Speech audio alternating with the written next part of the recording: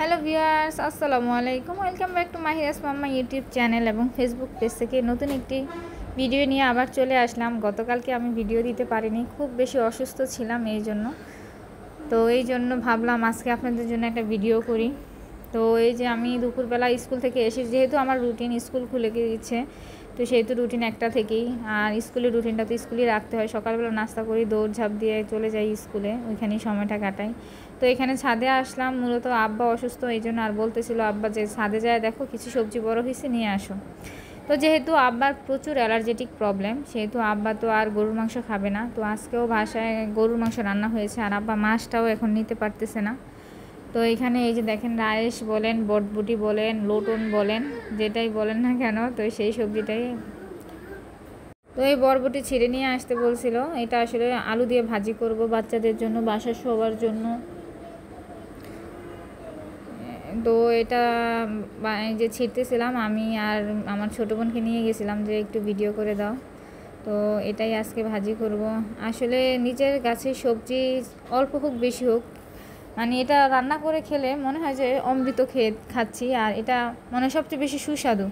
তো এখানে ছোটো বোন বলতেছিল শাক আজকে নিতে পারো, আমি বললাম যে না, শাক আজকে নিব না, কালকে নিব, কারণ শাক আর একটু বড় হোক। আর দেখা যাচ্ছে শাক মোটামুটি আছে, যেহেতু আজকে ভাজির জন্য এটা নিচ্ছে তাই। আর এটা হচ্ছে থানকুনি পাতা, এটা কিন্তু আসলে ধনে পাতার পরিবর্তে আমি নিচ্ছিলাম মূলত, এটা ভাজির সাথে দিয়ে দিব একসাথে। তো এটাতে জানেনই তো, এটা অনেক মানে একটা ঔষধি গাছ, প্লাস খাবারের জন্য মানে অনেক টেস্ট বাড়ায়, স্বাদ বাড়ায়। তো এটাও নিছিলাম। আর গাছে দেখলাম যে অনেকগুলো আমড়া হয়েছে, এগুলো একদম বড় হচ্ছিল না। তো ছোটো বোন বলতেছিল ছিঁড়ে নাও, বললাম যে ছিঁড়বো, ভর্তা আছে, ঠিক আছে ভর্তা করব। তো আজকে এই ভিডিওতে এই ভর্তার রেসিপিও থাকবে আপনাদের সাথে, আমি কিভাবে শুধু আমড়াগুলোর ভর্তা করেছি। বাট এটার সাথে যদি পাঁচমিশালি ফ্রুটস থাকতো, দেশীয় ফ্রুটস যেমন আনারস, পেয়ারা, কলা, ওটাও ব্যবহার করতে পারতাম। তো আমি নিচে এসে বসে পড়লাম কাটাকুটির জন্য। আর এখানে আলু কুচি করে নিচ্ছি বরবটির সাথে, এটা এই ভাজি করলে খুব মজা হয়। তো আমি পানি আনতে গিয়েছিলাম, এই ফাঁকে দেখলাম যে আম্মা এসে বসিয়ে দিছে। তো আপনাদের সাথে ভাজিটা আর শেয়ার করতে পারলাম না, ভাজিটার রেসিপি।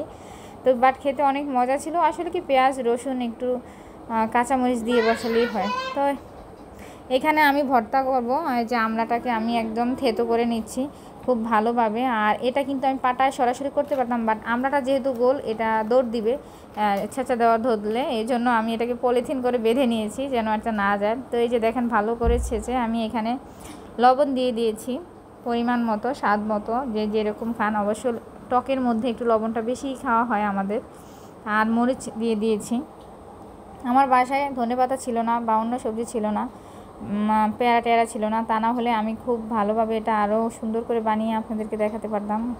তো এখানে এই যে একদম তেঁতুল দিয়ে একটু ভালো করে মথে নিচ্ছি। আপনারা চাইলে একটু চিনি অ্যাড করতে পারেন।